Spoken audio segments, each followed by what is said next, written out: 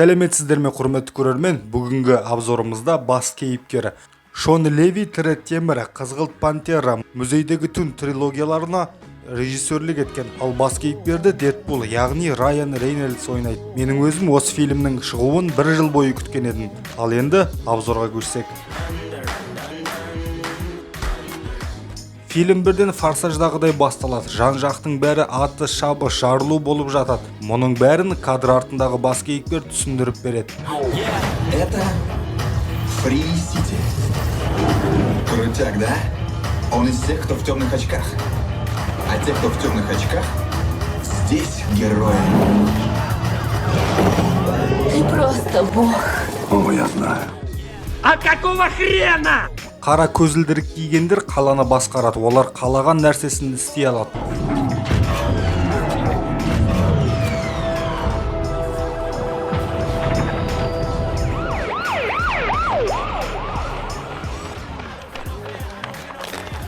Бұл аласапыран болып жатқан қалада жігіт атты бір жігіт тұратын. Оны Райан деп атай берейік. Оның өмірі бір қалыпты еді. Жұмыс, үй деген сияқты. Сонымен қатар оның бір арманы бар еді. Да неужели не может быть? Еще никто не увел этих красавцев. Я за ними вернусь.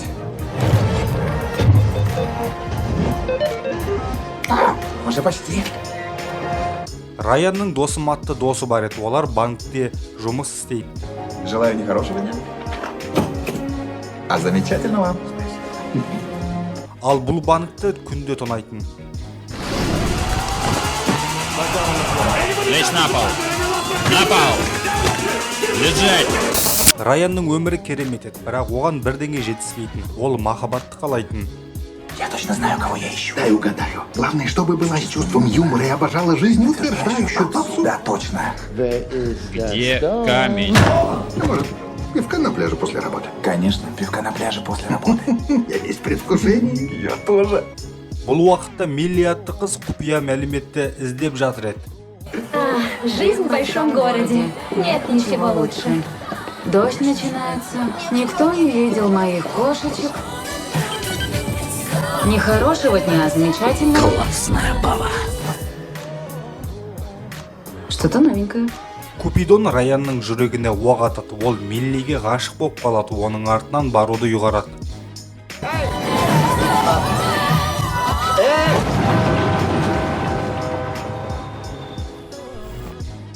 Жігіт өлген жоқ, себебі бұл Free City атты ойын еді. Мұнда ойыншылар қара көзілдірік тағады, ал Райан жай ғана бот еді. Бірақ ол қызды көрген соң оның миссиясы ауысады. Все быстро лицом в пол! Здрасте. Что ты сказал? Мне нужны ваши очки. О, ау, можно ваши очки? Просто ваши очки, на секундочку.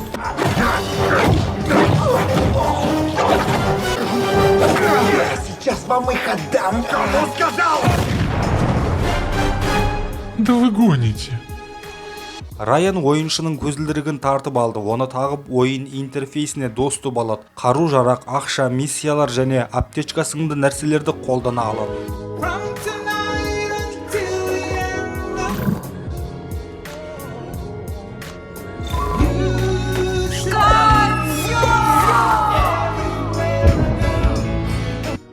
Райан армандағы кроссовканы алып Миллиді іздеуге кіріседі.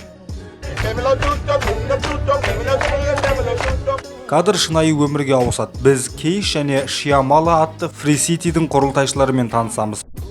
Тут у одного игрока украли очки и потом убили. Его замочил не игровой персонаж. NPC? Это невозможно. Вот и я о том. Невозможно надеть на аватар скин NPC. Бұлар Раянды NPC-дің кейпіне кірген ойыншы және ол басқа ойыншыларға кедергі келтіруде деп ойлайды. Сөйтіп, Раянды ойынның ішінен тауып, оны ойыннан шығаруды ұйғарады. Эй, 40-летний девственник! Иди сюда! Вот он, парень в голубой рубахе. А снять? Кто ты без него? Дэдпул. Полиция кейпінде келген құрылтайшылар Раянға өз кейпін өзгертуді айтады. Бросай этот скин!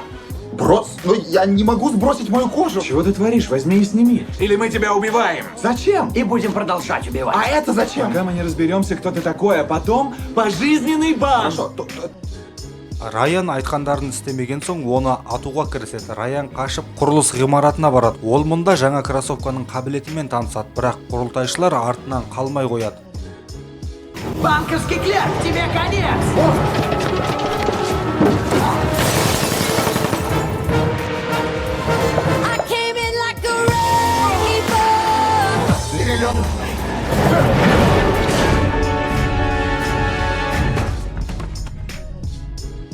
Райан үйінде оянады.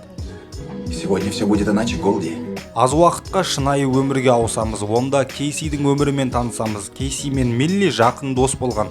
Екеуі ойындағы кейіпкерлер өзара араласа алатын, дами алатын ойын ойлап тапқан екен.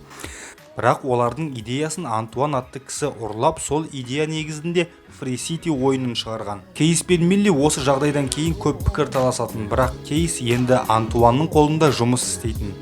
Антуан врет, как дышит, чтобы не делиться с нами заслуженной славой и деньгами. Я нашла улику. Это клип в геймерском тайнике. Я тебя прошу, дай мне туда попасть. Милли, ты мне не чужая, но прошу тебя, уйди. Кейс көмектеспеді. Милли тапсырманы орындауға жалғыз өзі кетеді, бірақ... Что вы смотрите? Ты кто? Мы недавно с вами на улице столкнулись, вы еще песню напевали. А, да. Я приняла тебя за NPC. Аяқ асты атыс басталады. Милли Райанды өзінің штабына алып келеді. Райан тапсырманы бірге орындайық дейді, бірақ... Видишь? О, Мой уровень. Твой уровень. о. Набери соточку, там поговорим. Уровенді тонаумен, өлтірумен көтеруге болады, бірақ Раянға бұл ұнамайтын. Ол жақсы жігіт және жақсылық жасауды қалайтын.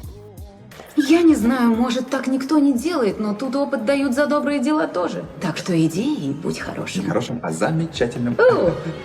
Ясно. Пожизненный запас девственности. Вперед. Хорошо. Райан батырлық жасауға аттанады. Ол кез келген адамға көмектеседі, балаларды құтқарады, бандыларды ұстайды. Ол тіпті мүгедектерді де емдейді. А ты тут откуда взялся? Долбаный киберпсих! Көк көйлектегі жігіттің жасаған жақсылықтарының арқасында уровень көтеріліп, шынайы өмірдегі интернетте танымал болып кетеді. Ол жайлы жаңалықтарда да айтып, блогерлерде талқыға салады. Ну так нельзя! Ну это нечестно! Батюшка! Что, блядь? Оның уровені 100-ден асты. Сөйтіп ол банкке барады. Досының өмірін өзгерткісі келеді, бірақ банкты тағы да тонап жатады. Эти очки изменили мою жизнь и могут изменить твою. Да брось ты, ну мы таких очков не носим. Теперь носим. Да вы там в край охерели. Не, игры это не мое. Өкінішке орай досы көзілдірікті тағудан бас тартады. Кадр шынайы өмірге ауысады. Милли Кейсті көмектесуге көндіреді. Сөйтіп Кейс Миллиді мега крутой ойыншының үйіне кіруге көмектеседі. Ол жерден жасырын уровеннің зәпсін алу керек. Бірақ крутой ойыншының крутой қарауылдары бар еді. Он заминировал все точки респауна. Миль, я не могу тебе помочь.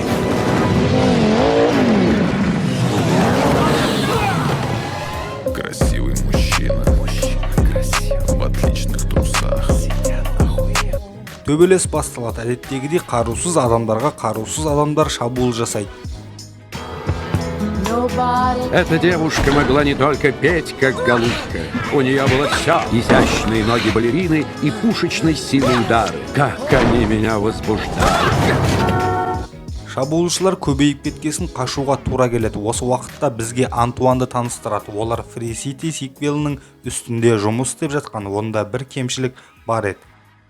Антуан, но вы обещали, что у Free City 2 будет обратная совместимость, и те же персонажи вернутся в сиквеле. Это было в рекламе. Прикинь, а это было просто вранье. Антуан бастық болғасын оған ешкім қарсы шыға алмайды. Оған ақшадан басқа ештеңе қызық емес еді. Кадр ойынға ауысады. Онда Милли мен Райан романтикалық кеште жүргендей еді. Олар серуендейді, балмұздақ жейді, качелиде ұшады және жағымды әңгімелер айтады. Я анекдот знаю. Странный и смешной. Рассказать? Давай. Сейчас. Гомосексуалист и человек на каталке решили убить очень-очень юного карлика. И калека говорит гомосексуалисту. Стоп! Ты где этого набрался? На ограблении? Бандит рассказал водителю, тот сказал, обхохочешься, я запомнил и всем рассказываю. В общем, кездесу сүйісумен аяқталады.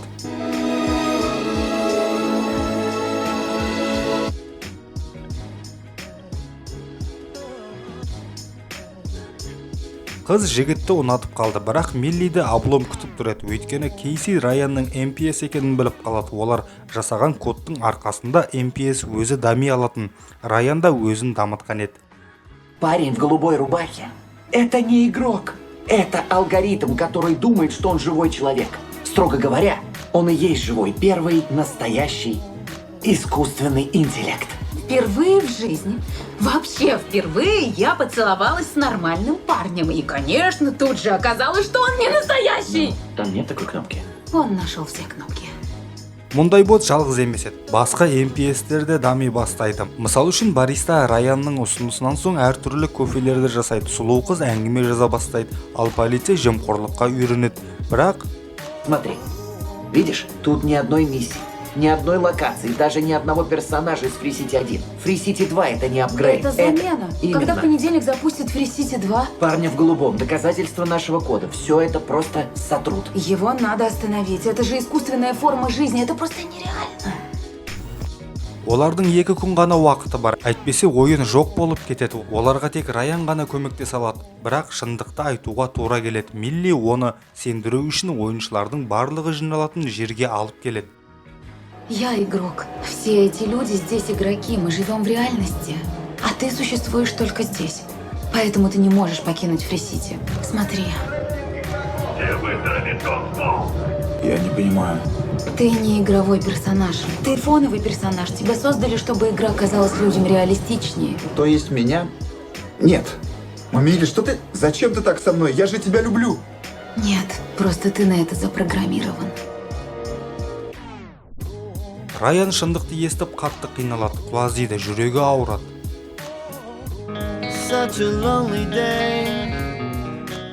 Ол өзіне келгесін досына барып өмір жайлы әңгімелеседі. Досы Раянға жақсы кеңес береді. Ну и что, если меня нет? Извини. Ну и что? Да, ну и что? Может, меня и нет. Но чувства-то есть. Они же здесь и сейчас. Эти чувства настоящие. Ол өзіне келіп Миллиге көмектеспекші болады. Сөйтіп мега крутой ойыншыға барады. Ойыншы анасымен тұратын задурат болып шығады. Оны ренжітпей киберспортшы деп айтайықшы. Ол көк көйлектегі жігітті бірден танып, оған қалағанын бере салады. Шоу ұйымдастыру арқылы. Знаете, который час? Нет. Криминальный час. Мам, ты серьезно сейчас? Со своим пылесосом. Это сейчас обязательно. Это же мой. Экспресс, все смотрят. Сосын олар кетіп қалады. Сыйлықты Миллиге береді. Бұл уақытта шынайы өмірде барлығы көк көйлектегі жігітті мақтап жатты. Ал ойын сиквелінің бағасы күрт төмендеп кетеді. Антуан оны банға тығуды бұйырады, ал Кейс шындықты айтып салады. Это не хакер, Антуан, это NPC. Ты хочешь сказать, что весь этот бред прожившего NPC, правда? Да? Онда Раянды өшіріп тастау керек дейді. Шиамала бастығына қарсы шығады. Сөйтіп ойынды перезагрузить етуді ұсынады. Сонда MPS барлығын ұмытады.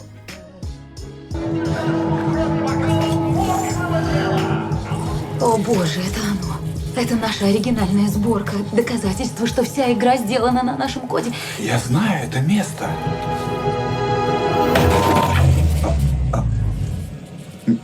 Милли? Милли? Да, пора удалять это говно. Ойын қайта іске қосылады, ал Раян қайтадан жай ғана жігіт. Милли бәрін есіне салмақшы болады, бірақ әлі махаббат жоқ еді. Ал Кейс Раянды қайтарудың амалын табады. В сути жизни был такой персонаж, я его назвал Страдалец. Он всю жизнь надеялся, что встретит, так сказать, девушку своей мечты. Мне надо было придать ей какие-то черты, и я просто списал ее с тебя. Его изменила ты, Милли. Ты изменила его код.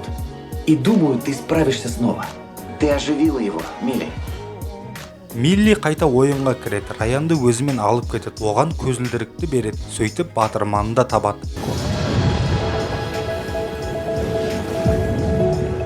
Раян барлығын есіне түсіреді. Сөйтіп құпия аралды көрсетеді.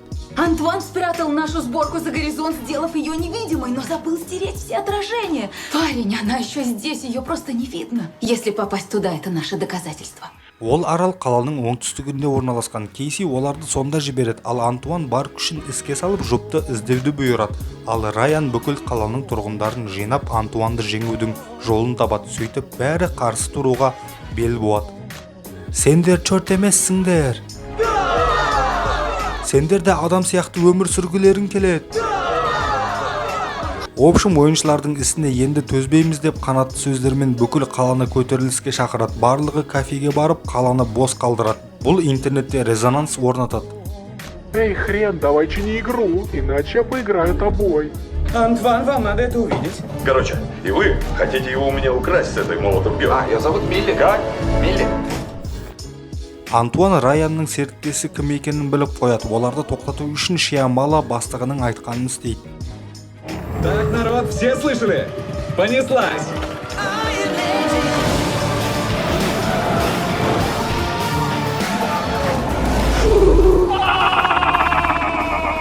Бақытқа орай Кейс көмекке келеді.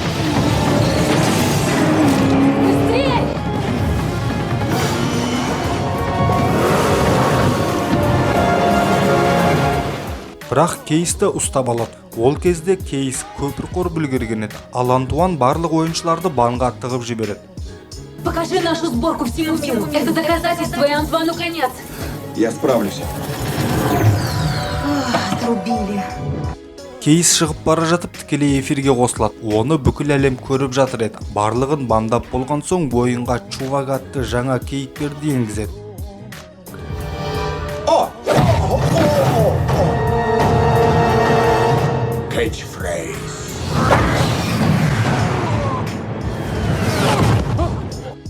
Сосын Раянның досы көмекке келеді. Оның берген бар көмегі Думаю, он тебе сейчас врежет. сосын кейіпкерлер арасында төбелес басталады.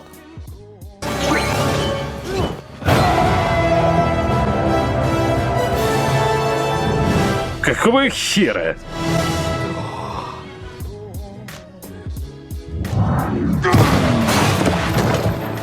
Еще звездные войны да бар.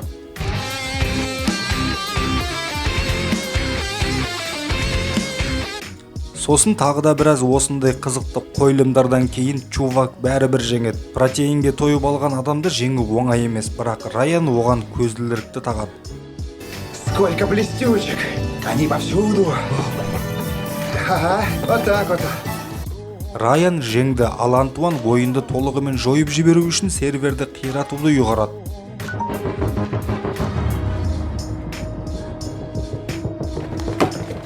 Осы кезде Шиамала жұптардың ойынын ұрлағанын біліп қояды. Сөйтіп Антуанға қарсы шығады, бірақ ештеңе өзгерте алмайды. Ал сервермен бірге Фри-Сити қаласы да қирап жатыр.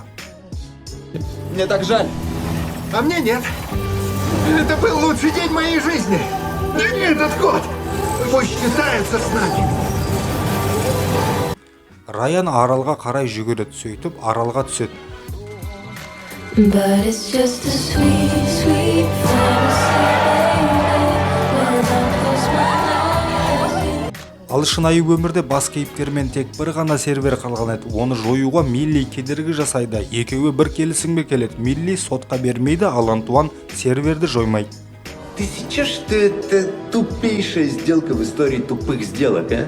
Мне надоело играть в твою игру, Антуан. Пора поиграть в свою. Келісімнен кейін бірнеше ай өтеді. Кейс, Милли және Шиамала жаңа ойын ойлап табады. Мұнда ескі ойындағы кейіпкерлер тұрады. Бұны ойын емес, реалити-шоу десе де болады. Өйткені мұнда жасанды интеллекттің дамуын бақылауға болады. Сөйтіп бұл жоба рекорд орнатып хитқа айналады. Ал Фри-Сити есе На рынке раздался хлопок. Продолжают снижаться продажи Free-City 2 на фоне сообщений о багах в коде и лагах в онлайн-игре.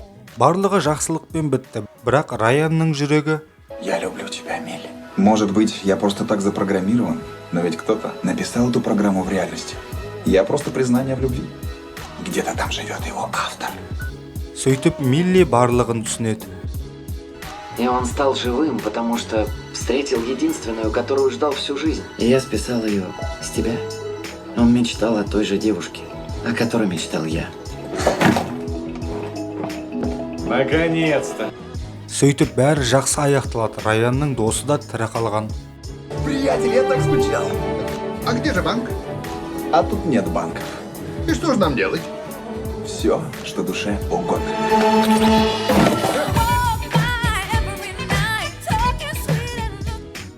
Ал енді кино жайлы не айтамын? Өте қызық фильм. Фильмнің авторлары киноның жалғасы түсірілуі де мүмкін дейді. Онда бас кейіпкер ойыннан ойынға өтетін қасиетке ие көрінеді. Әсіресе Minecraft пен Call of Duty'ге. Ондай киноны мен қуана көререм. Обзор ұнаған болса лайк басып, пікір жазып, каналды жоғалтпас үшін тіркеле кетіңіздер. Веди себя хорошо. Никаких уроков. Смотри порнуху.